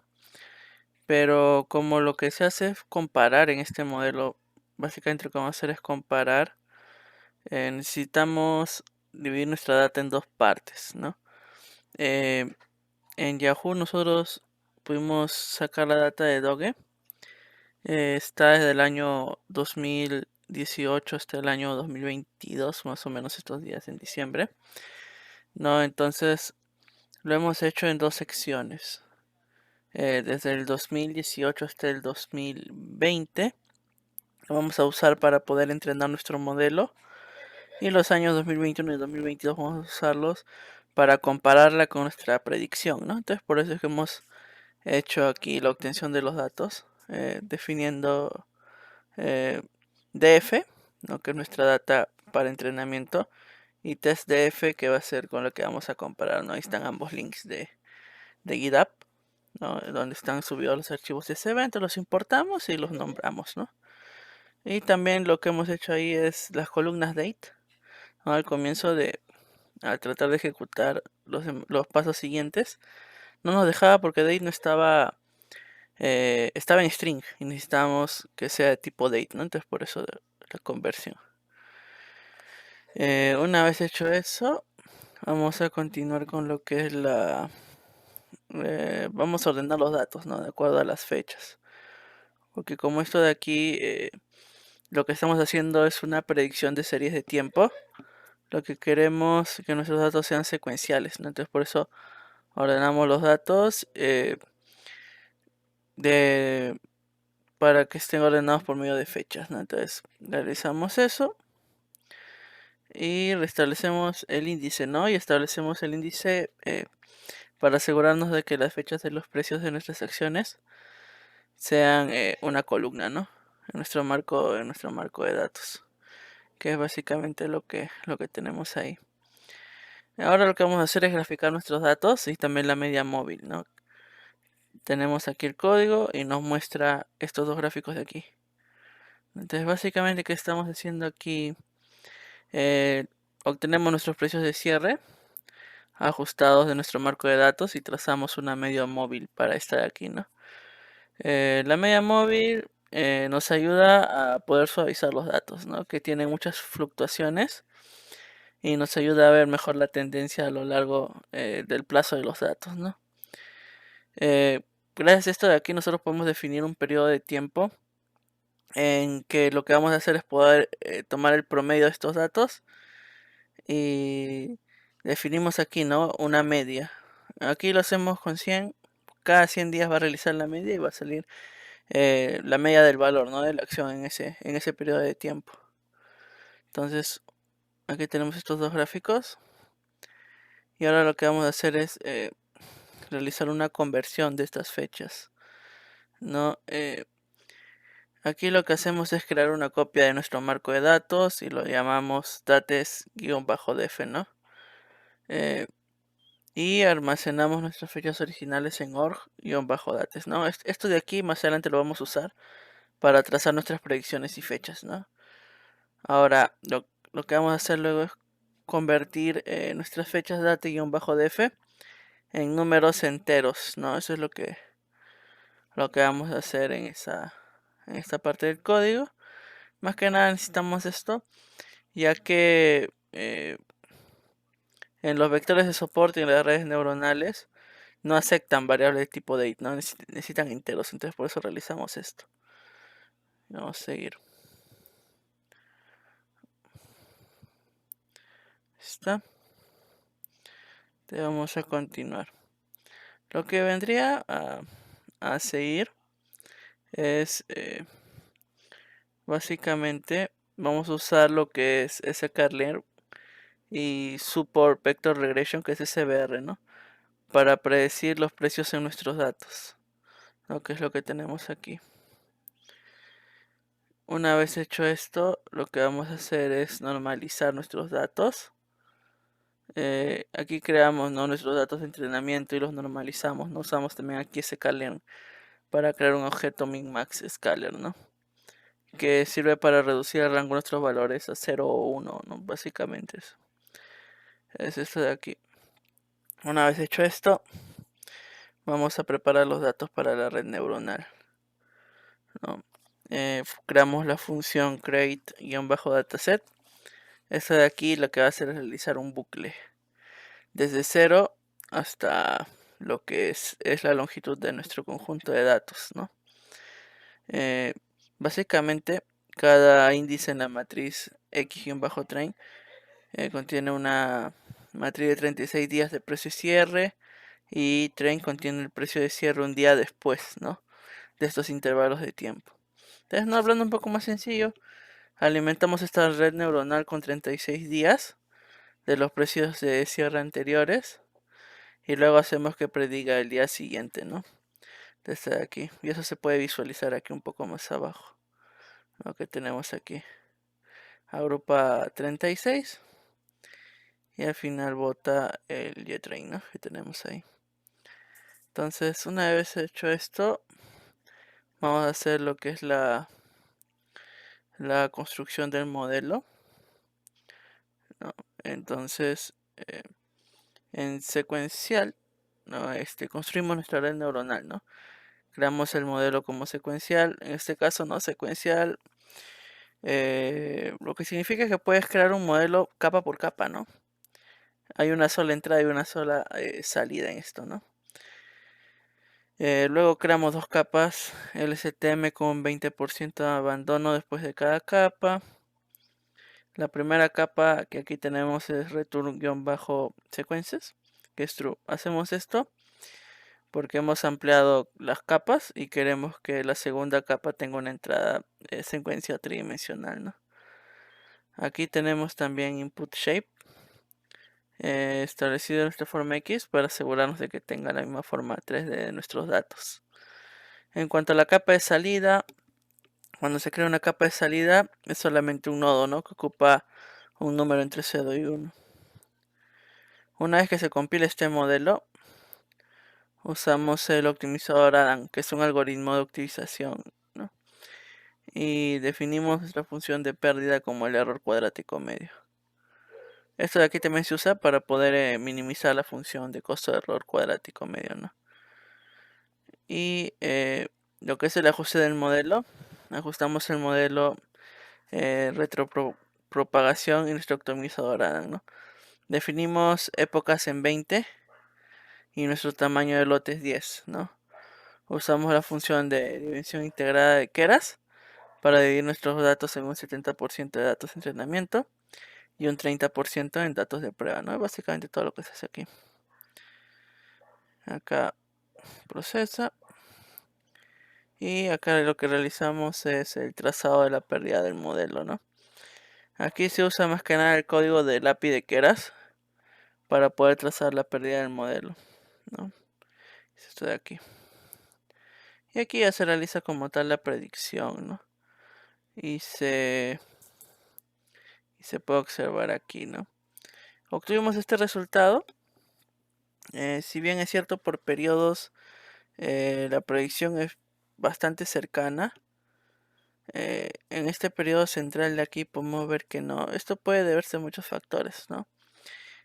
Por lo que se pudo investigar, este modelo como que tiende a fallar cuando son periodos de tiempo muy largos. O otra situación que se puede dar es que de repente esta moneda en esas épocas, ¿no?, dependiendo del contexto de repente que se estaba viviendo en ese tiempo, los valores fluctuaron demasiado, ¿no? Y también se puede ver eso, ya que lo que podemos ver es que este modelo es muy preciso, ¿no? Sin embargo, acá hay un punto que de repente tenemos que estudiar, ¿no? Es para futuras investigaciones. Y básicamente eso vendría a ser este modelo de aquí, ¿no? Muchas gracias. Bueno, buenas noches, profesor. Vamos a continuar con la parte del siguiente modelo que hemos elegido en el equipo B. En este caso hemos elegido el algoritmo XGBoost para la predicción de las acciones en la bolsa de valores de la moneda virtual Doge. La fuente de estos datos es justamente está obtenida de Yahoo, y la hemos descargado y subido a un repositorio en GitHub. Adicionalmente, para realizar todos los pasos de esta presentación y de todo este notebook, hemos seguido este artículo hecho en Medium, en el cual se hace uso también del algoritmo XGBoost, pero para predecir en este caso las acciones de otra empresa. Y tiene dos partes el tutorial. Hemos seguido la segunda parte porque la primera parte es más que nada importar los datos. Como primer paso, instalamos la librería XGBoost, ya que de por sí no la tiene incorporada Google Colab. La instalamos y luego procedemos a importar las librerías que ya tenemos, como XGBoost, Pandas, NumPy, Plotly y Scikit-learn. Las métricas más que nada para medir el error y evaluar el modelo. Posteriormente importamos toda la data contenida en este repositorio que anteriormente he mencionado. Hacemos un pequeño repaso de cuáles son las columnas que tiene y de las primeras 15 columnas. Hacemos una breve exploración de datos del conjunto de datos que tenemos. Aquí lo que tratamos de hacer es un gráfico en el cual se muestre a través del tiempo el precio que ha ido teniendo el precio de cierre de la moneda Dogecoin. Tenemos como en el eje X el tiempo y en el Y el precio de cierre. Aquí vemos que cómo se va comportando la moneda, en donde tuvo su pico más alto el 7 de mayo de 2021 y cómo está creciendo en un primer momento hasta el momento actual que tenemos el último dato, que es en 28 de noviembre del 2022. Es una data actualizada. Aquí posteriormente lo que hacemos es describir un poco el modelo y los datos, diré, y ver cosas como la media, el mínimo, el cuartil inferior, el cuartil superior y el máximo por cada uno de los atributos de esta data. Posteriormente vamos a hacer ver la correlación entre las variables a través de un mapa de calor. Aquí vemos como de todas las variables sin considerar la diagonal, vemos que high tiene alta correlación en este caso se podría decir con low, y así vamos viendo que en su mayoría se podría decir que estas variables están muy correlacionadas entre sí, debido a que amarillo es el grado máximo de correlación y morado es cuando no tienen mucha correlación. Por ejemplo, volumen con open tienen baja correlación con respecto a otras que se encuentran en esta parte de aquí. Posteriormente vamos a pasar a hacer la transformación de los datos, más que nada para obtener esta columna que se llama Daily Return, que es la columna obtenida en base al precio de cierre de ese día, entre el precio de cierre, pero de un día anterior, restado -1, obtenemos este porcentaje. Este porcentaje va a representar la varianza entre el día anterior y el día actual. Y así vamos calculándolo para cada uno de las filas de este conjunto de datos. Posteriormente hemos decidido, para que se pueda evaluar mejor el modelo, separar la columna llamada Date en tres columnas llamadas Year, Month y Day. Cada una de estas columnas solo se obtienen a partir del método de Pandas Datetime y se separan. Aquí podemos ver eso, que se están separando para evaluarlas mejor con el modelo posteriormente. Ahora vamos a proceder a separar los datos en prueba y entrenamiento. Para eso hacemos un train split de 0.9. Pasamos aquí a hacer una serie de operaciones que también están especificadas ahí a través de los comentarios. Más que nada, esto nos va a servir para separar el conjunto en un 90% para entrenamiento y 10% para pruebas posteriores. Aquí vamos a considerar las columnas Year, Month, Day, Height, Low, Open, Volume y Daily Return. Y el label o la columna objetivo va a ser Add Close. Aquí ponemos los nuevos data frame que vamos a utilizar: Xtrain, YTrain, Xeval y YEval. Aquí, dependiendo de lo que hemos puesto, de las columnas features y de label, ¿no? Posteriormente aquí vamos a pasar a crear el modelo. Aquí teníamos una serie de dudas porque según lo que hemos leído sería que aquí hay que hacer correctamente una elección de parámetros adecuados para que el modelo responda correctamente, ya que la elección de parámetros que no sean correctos va a llevar a una sobreevaluación del modelo según lo que hemos estado leyendo, y va a llevar a resultados incorrectos. Aquí lo que hemos puesto según el artículo que mencioné en un primer momento es la profundidad máxima de 15, el mínimo, el peso de los hijos va a ser de 2, el radio de aprendizaje de 0,3 y el número de estimadores de 10.000. Aquí podría variar quizás, acá hemos hecho una pequeña modificación, pero lo demás lo hemos dejado tal cual el artículo recomienda. Posteriormente vamos a pasar al entrenar el modelo creado anteriormente con los datos que ya hemos separado previamente con Xtrain y Train, y vamos acá a proceder a entrenar el modelo. Una vez está entrenado el modelo, vamos a hacer una pequeña revisión de la importancia que tienen cada una de estas variables para el modelo y cómo las ha ido clasificando, por así decirlo, haciendo un rating de ellas. Primero vemos que la variable height es la que mayor porcentaje de importancia tiene. Luego está la variable daily return y luego seguido por volume, y como último va a ir el año, que no tiene tanta importancia con respecto a las otras variables. Vamos a proceder luego a la evaluación del modelo como tal. De la evaluación del modelo, aquí vamos a hacer una copia de xeval y con el método copy vamos a crear un nuevo data frame llamado df.pred y vamos a recrear las columnas que habíamos hecho anteriormente como un date columns, el year, month y day. Luego esto lo vamos a incorporar, lo que habíamos separado previamente, a la columna que antes no habíamos considerado, que es date, que habíamos por arriba obviado, pero ahora lo volvemos a reintegrar más que nada para analizar el modelo. Luego hacemos un drop a estas columnas que ya teníamos, year, month y day, para solo quedarnos con date, que es la que ya tiene todo conjunto, ya que hemos entrenado el modelo y hemos aprovechado la información que tenía en estas columnas. Procedemos aquí a predecir los datos, pero basándonos en el xeval, que era lo que no habíamos, con la data que todavía no se había entrenado. Aquí lo pasamos como una nueva columna en el data frame y usamos merge para unir este data frame nuevo con el data frame anterior, con yeval.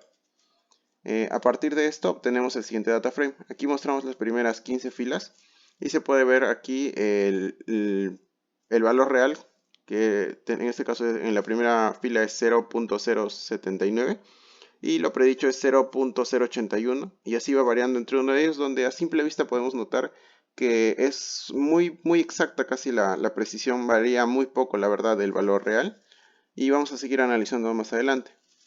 Aquí vamos a hacer una gráfica de los datos de predicción versus los datos de evaluación. Para ello vamos a hacer uso de Plotly y vamos a establecer en X el tiempo y en Y va a ir tanto lo predicho como lo real.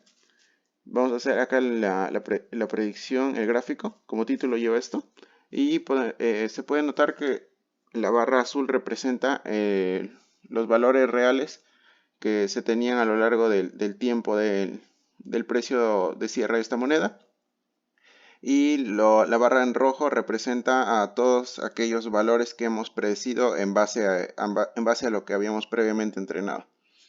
A simple vista podemos notar que si bien hay puntos en los cuales hay picos, en la mayoría de los casos sí es muy acertada la predicción de cuando el valor va a crecer o va a disminuir demasiado. Vemos que sí se comporta en su mayoría bien. Aquí por último vamos a proceder a hacer la evaluación del modelo como tal con las métricas que hemos establecido anteriormente, que es el error mínimo, el error median de media cuadrada, el error de media absoluta y el MAPE. Aquí vamos a hacer estas pequeñas funciones, bueno, se puede decir establecer estos métodos con qué es lo que queremos pasarle como valores. Aquí le estamos pasando la data real y la data de la predicción para cada uno de estos. Y acá vamos a proceder a imprimir en base a lo que hemos establecido en cada uno de estos. Aquí lo vamos a redondear para que no salga muchos decimales. Vamos a ponerle 5 aquí y 2. La razón que le pongo 5 acá es cuando le ponía 2, solo me aparecía el valor 0 y podría decirse que había un error ahí, que podría pensarse que hay un error o que el modelo es muy preciso, no hay errores, pero sí que hay, pero son muy pequeñitos. En el segundo del error de media absoluta, también le hemos puesto 5 para ver un poco mejor cómo se está comportando el modelo, y el último le hemos puesto 2 porque no era necesario tener tantos decimales, ya que este era un porcentaje. Vemos que en las tres métricas de este caso es mejor el modelo mientras menor sea, tanto para el MCE, el MAE y el MAPE. Vemos que el error de media cuadrada es 1e elevado a la menos 0,5, y el error de media absoluta es 0.0271, que también es muy pequeñito, y el último es el MAPE abreviado, que da 3.85, que también es mejor cuanto menor sea. Y bueno, esto sería básicamente todo lo que hemos hecho con respecto a utilizar el XGBoost, este algoritmo para la predicción. Hemos estado leyendo que es uno de los mejores algoritmos en cuanto al manejo de grandes datos, y sí se comportó como según lo que hemos estado leyendo en la bibliografía, ya que este conjunto de datos particularmente era muy grande y sí lo ha hecho todo de forma rápida y no tenía mayores complicaciones que eso. Y bueno, eso sería todo por esta parte, profesor. Gracias. Muy buenos días. Bien, ahora lo que vamos a explicar es el modelo número 11, el modelo Random Forest Classifier para lo que va a ser el caso de la Dogecoin, una Bitcoin que realmente a lo largo del tiempo no ha visto muchos buenos resultados favorables que veamos, pero que vale la pena analizar realmente. Bien, el enlace de la fuente de presentación está básicamente acá. Es una página de lo que es de habla inglesa. Básicamente nos enseña y hemos seguido todos los pasos acorde, ¿no? El autor como tal, Bhagwan Teo, autor pero que vemos de origen asiático. Bien, vamos a seguir. ¿Cuál es el objetivo de este modelo? No va a ser la predicción de un precio final, no, sino de un patrón de cambio de precios. Más específicamente, el porcentaje de los cambios adecuados al contexto de la Bitcoin de Doge, ¿no? Es decir, nosotros no vamos a buscar como tal, predecir como tal un valor, sino que vamos a predecir más que todo cambios, ya que los cambios en el contexto de la bolsa de valores son también importantes. Uno quiere saber qué tanto varía el cambio entre precio de un día a otro, ¿no? Bien, uno que vamos a hacer primero es instalar una librería llamada Talib Binary. Esta librería va a otorgar ciertas técnicas o ciertas métricas, de hecho, como la media móvil. Recordemos que esta da básicamente las medias entre un día de un resultado futuro dependen de un resultado anterior. Es decir, la media futura depende de una media pasada y así. Y se va siendo algo sucesivo. El RSI es el índice de fuerza relativa, y esto es más que todo para la ingeniería de características. El índice de fuerza relativa voy a explicarlo posteriormente. Bien, básicamente se instala y importamos unas librerías. NumPy, Pandas, Matplotlib, todo lo que ya hemos visto, básicamente en enfoque a Pandas. La carrera de los datos. Los datos son de la página que nos brindó el profesor, que es esta página de Doge versus dólar estadounidense. Aquí simplemente lo hemos exportado lo que va a ser un GitHub para que sea más fácil. Importamos la data, vemos la cabecera de la data, los 5 primeros valores, vemos aquí los valores como que es la fecha, el precio cuando la bolsa de valores abre, el máximo precio alcanzado en esa fecha, el precio más bajo en esa fecha, el precio o valor, de hecho, cuando se cerró la bolsa de valores, y un ajuste a este cierre, y el volumen básicamente de las acciones, por así decirlo. Todo aquí tenemos justamente especificado. Bien, vamos a visualizar un poco, ¿no? Y vamos a visualizar justamente este ajuste de cierre, porque realmente lo que nosotros vamos a necesitar para construir nuestra variable objetivo y proyecto va a ser el valor de cierre ajustado. Y aquí vemos cambios y vemos este de acá. El eje X son días. Y esto se debe a que automáticamente se detecta que la mejor forma sería a través de los días. Por lo que aquí vamos a ver. Después pasado de 1250 días, que es de la primera fecha, y la primera fecha es en 2017. Haciendo un cálculo un poco visual, podemos ver de que sería en 4 años. En 2021 el precio del Dogecoin realmente se dispara a $0.5 cada Dogecoin. Y realmente ya para lo que es 1650 días desde 2017, de 28 de noviembre de 2017 para ser más exactos, vemos que el precio oscila entre los $0.10 aproximadamente en la actualidad. Como mencioné antes, una moneda Bitcoin que no ha tenido la mejor suerte del mundo, pero que vale la pena analizar, ¿no? Bien, veamos el cambio en los precios en mayor detalle. Lo vemos por un patrón diario. Básicamente lo que vamos a hacer acá es ajustarlo con el PST Change, acá. Es el porcentaje cambio y con un histograma graficado, 50 barras.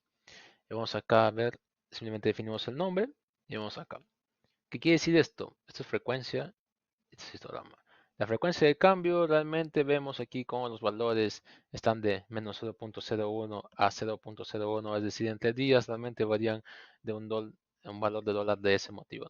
Si el día anterior fue un tal precio, el día siguiente podría ser menor o mayor con una suma de 0.01 en su mayoría, ¿no? Es decir, no varía mucho en ese sentido, realmente. No oscila tanto en valores muy bruscos o muy altos, que no salen de este rango de valores como tal. Vemos acá. Entonces lo podemos confirmar. En general, requerimientos hay que recordar extracción de características acorde al dataset que podrán ser de utilidad para un análisis previo, características que no están en el dataset o fuente original. Para este caso vamos a requerir la media móvil, medias que futuras dependen de las pasadas, un índice de fuerza relativa, que ahora sí lo voy a explicar. El índice de fuerza relativa es una métrica especial para lo que va a ser este precio de bolsa, en este caso para el Bitcoin, ¿no? Y es como que un indicador oscilante. Ahorita no podría mostrar un gráfico, pero realmente podemos decir que compara un poco los precios sucesivos de cierre en valores individuales de alta y baja y así. Es decir, está adecuado lo que es este contexto y es una métrica que nos va a servir. El cambio diario del volumen, simplemente cuánto cambian las acciones en su volumen diariamente. Eso es todo. Variables predictoras, bien.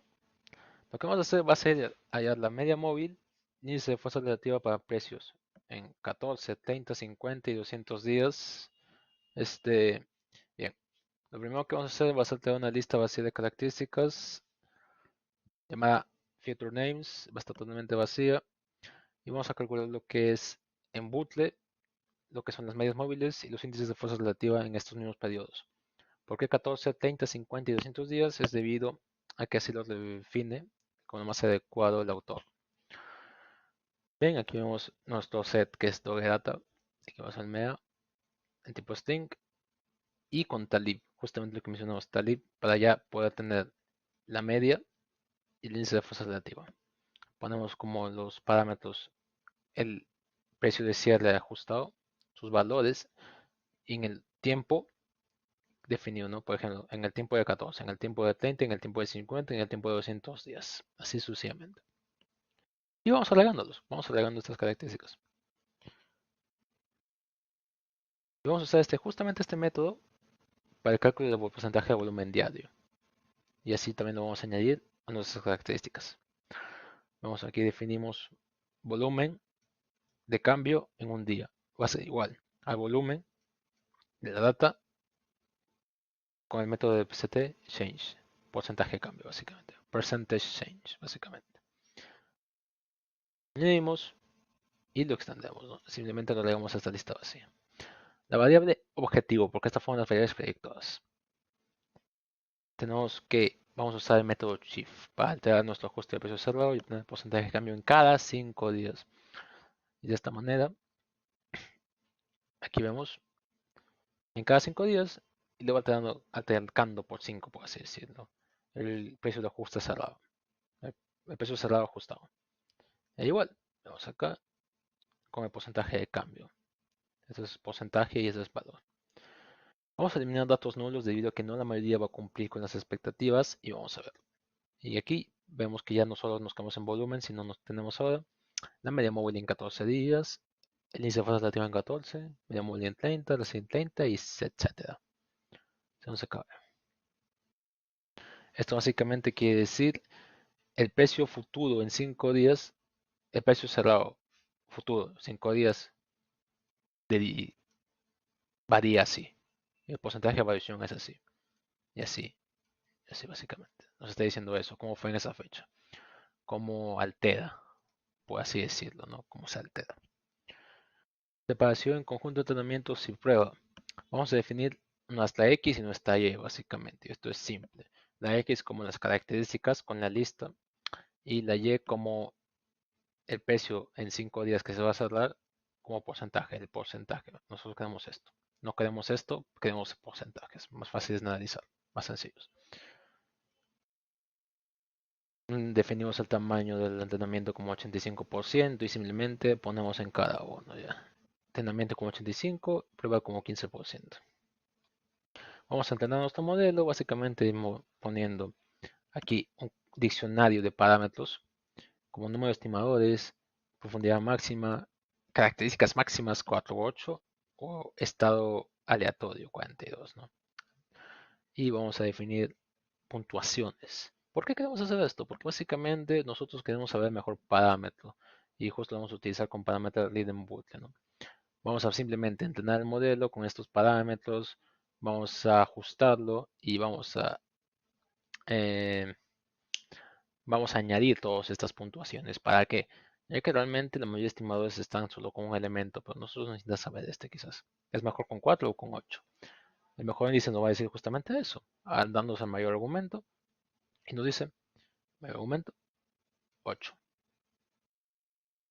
Y vemos todo. Nos imprime en pantalla. Entonces, ¿qué vamos a hacer? Vamos a probar el modelo. Con justamente esos parámetros ya estimados. Vemos aquí 200, profundidad máxima 3, 8, debido a que así salió, y estado aleatorio 42. Entrenamos, lo ajustamos y predecimos. Justamente con la data de prueba. Y vamos a hacer una gráfica. Una gráfica de lo que es el valor predicho en cada 5 días. Y aquí tenemos. Vamos acá, después de 1600 días, que fue justamente el pedido más popular de la Dogecoin, hay mayor porcentaje de cambio. Se puede ver. Pero esto parece solo dar menos de un mes, puesto que ya a los 50 días vemos que de nuevo retorna sus valores muy originales, cercanos al cero de hecho. Y para 1800 días que sería el presente está oscilando entre 0.10, por lo que vemos sus cambios están por ahí, pero después ya no hubo más cambios. ¿Ya? Es decir, cuando vemos todo esto llano es porque no hay muchos cambios. Aquí hubo un gran cambio porque el valor fue mucho mayor. Y aquí hubo cambios por ahí, por así decirlo, porque varió a precios intermedios de 0.20 dólares y actualmente el mayor cambio, el último cambio fue a 0.10. No aumentó demasiado, como vemos aquí. El cambio solo fue de esto, ¿no? La evaluación del modelo. Aquí vamos a tener que ciertas métricas como el mean absolute error, la media absoluta, el error de media absoluta, el error cuadrático medio y la raíz del error cuadrático medio, básicamente. Vemos de que realmente el modelo se ajusta bastante bien ya que los valores son bajos, son relativamente bajos. Y el impacto de los valores proyectados en la proyección. Aquí simplemente es saber cuáles fueron los que más influyeron en nuestra predicción, en nuestro testeo. Y así tenemos que, básicamente, acorde a un gráfico de importancias. Aquí definimos las importancias, las características. Aquí lo ordenamos de forma descendente. Y aquí simplemente vamos a definir lo que es el gráfico. Y el gráfico es este, en forma descendente. Acá. Vemos que el índice de fuerza estimada en 200 días y el cambio de volumen diario, así como quizás el índice de fuerza relativa en 14 días han sido relativamente más impactantes en lo que ha sido la predicción, mientras que otros valores como lo que fueron pedidos en 30 o 50 días no tuvieron la misma suerte. Podría decir a ciencia cierta que realmente el modelo funciona bastante bien, que realmente si uno quiere usar este modelo sería muy bueno que utilice como tal el volumen diario de cambio y quizás en ese periodo más alto, que no puede ser 200, 500 o 1000, dependiendo de su data, sería quizás más impactante y que lo tenga que tener en cuenta. Pero podemos decir que el modelo funciona, está apto para lo que es el precio y como para esta problemática que es predecir el cambio y no como tal sobre el precio, funciona bastante bien y se adecua muy bien al problema. Bueno, buenos días, profesor. En esta ocasión vamos a seguir con el último modelo 12. Estamos para el equipo B. En este caso, el modelo 12 va a ser el modelo de caso de PSA y Hierarchical Portfolio Optimization, el tema de asociación. Vamos a primero presentar lo que es la fuente del modelo. La fuente de datos, en este caso va a ser este datos de aquí, que son datos RAW que estamos viendo en CSV, sobre la moneda Doge. Es un grupo de datos históricos de la moneda Doge que se ha conseguido para este caso analizarlo y aplicar el modelo. Primero vamos a cargar la data, ya se sabe, toda una importación de todas las librerías que se va a realizar. Vamos a cargar la data, que es esto de aquí, vamos a cargarlo correspondientemente y después lo vamos a pasar a describir para ver que se haya cargado correctamente. Observamos que la data sí se cargó con cada uno de sus títulos, la fecha, el open, el high, el low, el close y el adjusted close, y el volumen que se ven aquí, que también están aquí, date, open, high, low, close, adjusted close y volumen, siendo que es correcto la carga de los datos y se observa de que sí cumple con todo lo necesario para que esté correcto. Entonces, observamos un detalle, observamos que close y adjusted close tienen los mismos valores, lo cual puede interferir en nuestro análisis de características, ya que si estos ambos son iguales, va a encontrar que siempre que esta correlación va a ser el 100%.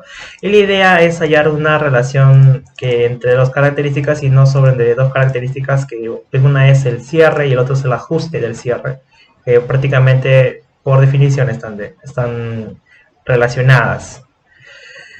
Entonces lo que seguimos es eliminar, hacer el drop de la característica close para quedarnos con el adjusted close, que es el más preciso, y después continuamos con la parte que es hacer el modelado de lo que es para crear nuestra variable valor, que va a ser nuestra predicción del valor, y tener después de toda esa creación pues dar un data row, normalizar los retornos de la data. Y después de eliminar los valores NaN, que en este caso, gracias a Dios, no teníamos ningún NaN, vamos a después pasar a describir de nuevo nuestra data ya sin el close, y se observa que ya no está el close, y tener nuestra nueva columna que es el valor que hemos predecido para este caso. En este caso, el valor que va a ser una predicción de subida, bajada o la tendencia que va a realizar. Ahora vamos a ver los retornos que va a tener el stock. Hay que tener en cuenta cuáles han sido las variaciones del stock históricamente. En este caso, el valor de stock en porcentaje, en variable porcentaje, vamos a ver que al inicio tenía 2018, estaba bajo, hasta el 2021 que tuvo una explosión muy grande, probablemente por una gran compra del valor de DOC y después una caída tremenda de nuevo que sucedió a finales hasta el 2022 que se prevé de nuevo una situación similar. No es similar, pero ojo, que es a menor escala. Lo siguiente, vamos a ver... vamos a observar lo que es un entrenamiento de la data. Vamos a dividir nuestra dataset en lo que es en una parte de entrenamiento y una parte de prueba. Vamos a aplicarlos con el principio del PSA, para esto aquí, con la matriz de covarianza, y vamos a construir PSA. Vamos a hacer el fit al PSA a nuestra matriz de covarianza, o sea, nuestro análisis de componentes principales. Y vamos a terminar visualizando, hacer un plot de lo que es nuestro PSA, nuestro análisis de componentes principales. De lo cual con este código vamos a obtener el gráfico. Este gráfico de aquí, que tenemos aquí, nos va a explicar lo que es lo siguiente. Es que tenemos que la varianza que se explica es un 95% de todo. Se explica con dos componentes principales que están presentes, por lo que nosotros podemos relacionar esos dos componentes de forma que sea lo más adecuado, ¿no? Los componentes logran explicar, como se dice, el 95% de la varianza. Y ahora lo que vamos a pasar es a usar este PCA para construir un portafolio, en este caso únicamente con la moneda Doge, y analizar con nuestro hierarchical, con nuestro Hierarchical Portfolio Optimization. Vamos a analizarlo para ver qué retornos nos podría dar si usamos un portafolio puramente con la moneda Dogecoin. Vamos primero a dar el Shape Ratio. Vamos a definir una función de Shape Ratio que va a ser un retorno por años de cuánto nos va a retornar nuestro portafolio, y después vamos a definir la función Optimize Portfolio para poder hallar el portafolio optimizado, por así decirlo, en este caso este portafolio que estamos definiendo. Tener en cuenta que en este caso, como los valores del Dogecoin son mínimos, ocurre la situación donde se observa que los números no son captados correctamente por el modelo, por el hecho de que son números muy mínimos que de por sí se están elevando a la potencia. Es por eso que puede que haya unas variaciones o errores en cuanto al modelo, por el hecho de que los valores son demasiado pequeños en este caso. Como se observa, por ejemplo, para el registro 4, el Sharpen resulta en teoría infinito, esto porque el valor es tan pequeño que termina con un coeficiente negativo y eso de ahí no lo computa bien. En este caso se puede realizar un portafolio con el Dogecoin, el cual como se observa, es por los valores muy bajos, va a tomar un valor que se toma como warning, no como error, sino como una advertencia, pero como son muy bajos, se toma ese pequeño valor de Sharpen como si fuera un error en este caso. Vamos ahora a ver lo que es el análisis de pesos. Los pesos que van a tener cada uno de los componentes, en este caso, vamos a hacer los siguientes. Primero vamos a tener nuestro Youth Close, que tiene mayor peso. Lo siguiente que va a ser el Open, que también tiene un peso considerable. Y va a ir bajando la High, Low y el Volume. En este caso vamos a tener en cuenta que cada uno de estos va a tener un peso distinto. Y el que tiene menor peso, en este caso, es el Volume. Y el que tiene mayor peso es la Youth Close. Para el portafolio, en este caso. Que tengan en cuenta que esto es para el portafolio. Ahora vamos a pasar a hacer un plot del Sharp, del valor. El retorno que nos va a dar este portafolio supuesto, donde estamos analizando con el Dogecoin.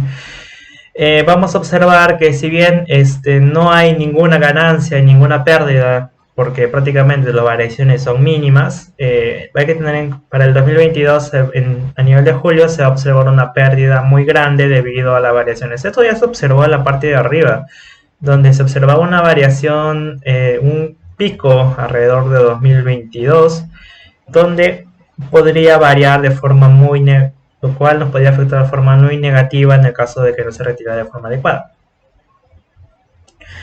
Hay que tener en cuenta que, como ya se dijo, los valores son mínimos y por lo tanto el retorno es casi no notable, e incluso se considera una pérdida grande por la especulación que puede existir con las monedas de Dogecoin, que es muy variable y muy saltante. Vamos a escribir de nuevo la data, para este caso para tener en cuenta que con qué componentes vamos a trabajar. Y vamos a pasar a lo que es la siguiente. Vamos a pasar el principales componentes contra las ganancias reales. Ahí hay que observar aquí que se tiene un rendimiento similar a lo que se predice en este caso, así que el modelo que se está prediciendo el modelo que se está obteniendo es un modelo que está prediciendo de manera muy similar o muy precisa lo que estamos realizando. Para ello, ahora para ver cuáles van a ser las correlaciones que se están obteniendo a través de todo este modelado, vamos a generar una matriz de correlación para poder observar gráficamente cuáles son las correlaciones. Hay que tener en cuenta cuáles son los más similares. Buscamos los clústeres de correlación y aquí vamos a aplicar lo que es la Econometric Hierarchical Clustering. En este caso lo vamos a tener que aplicar de la siguiente manera. Vamos a aplicar la correlación con el average, con el promedio. y vamos a pasar a hallar los diferentes del array y tanto como el coeficiente de por sí. Una vez que tenemos estos dos datos de aquí que ya vamos a usar estos datitos de aquí para poder siguiente graficar un dendrograma, el cual nos va a dejar evidencia visual de lo que es las correlaciones. Tener en cuenta que para el dendrograma, mientras mayor distancia entre cada una de las ramas haya, es menor correlación, y entre más cerca estén es mayor correlación. Es así que, por ejemplo, si hay una menor distancia, mientras más bajo esté y a la vez estén más juntos, los dos valores van a ser, las dos características van a ser más correlacionadas. Mientras que si están más alto y a la vez están más separados, por ejemplo, si estuviera uno arriba y el otro estuviera muy abajo, esas dos características no estarían correlacionadas de ninguna manera o de manera muy distante. Lo siguiente que pasamos, pues hacer este dendrograma, es analizarlo. Vamos a analizar que primero tenemos que entre el volumen y el valor, que están en un valor de 0.25 de distancia, hay una distancia mínima o no notable, por lo tanto se considera que estos dos tienen una correlación muy alta. Y vamos a observar también lo siguiente, que para tener como referencia una baja correlación existe entre lo que es el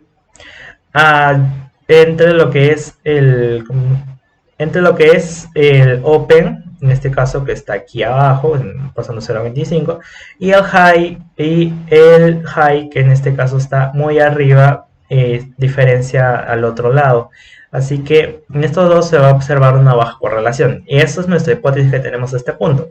Una vez que nosotros vamos a realizar lo que es la correlación gráficamente a través de un plot, vamos a observar que nuestra hipótesis en este caso se tiene que sí se cumple en el caso, porque la correlación del valor del stock va a ser igual a 0.982, que es casi prácticamente 1, que es lo mismo que decir que es muy muy estrechamente relacionado para los valores de volumen y valor, mientras que para la correlación de las características de open y high es muy pequeña, es 0.363, que si bien es pequeño, tampoco es despreciable, así que es una correlación casi insignificante y no notoria, por lo tanto es que sí se cumple que las correlaciones son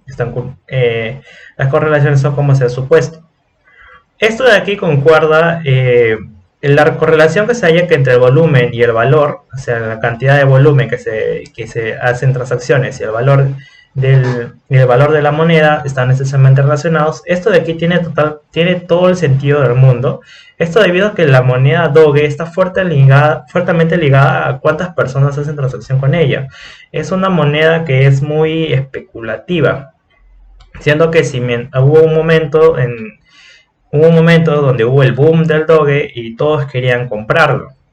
Y en ese momento es donde se observa como el pico del precio de la moneda Doge.